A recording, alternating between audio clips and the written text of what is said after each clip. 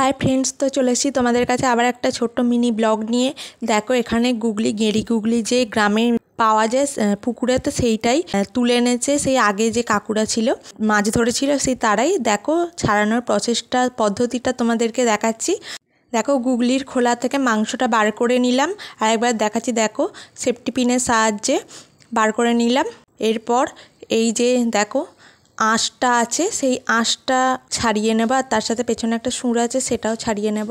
আরেকবার দেখাচ্ছি, দেখো আঁশটা ছাড়িয়ে নিচ্ছি, আর তার সাথে পেছনে সুরটা আছে দেখো সেই সুরটাও ছাড়িয়ে নেব, কারণ এটা এক ধরনের মাংস, এটা খুব পুষ্টিকর খাবার। তোমরা পেঁয়াজ রসুন দিয়েও করতে পারো, আবার ঝোলেতেও দেয় সেই ঝোলেতেও দিতে পারো, কারণ এটা খুব উপকার খেলে। দেখো অলরেডি কিছুটা আমাদের ছাড়ানো হয়ে গেছে, আর দেখো ধুয়ে নিচ্ছি নুন দিয়ে, কারণ এটা পুকুরের জলের পাঁকে থাকে, অনেক নোংরা থাকে ওই কারণে। তো আমার ভিডিওটা ভালো লাগলে একটা করে লাইক করে দাও। টাটা।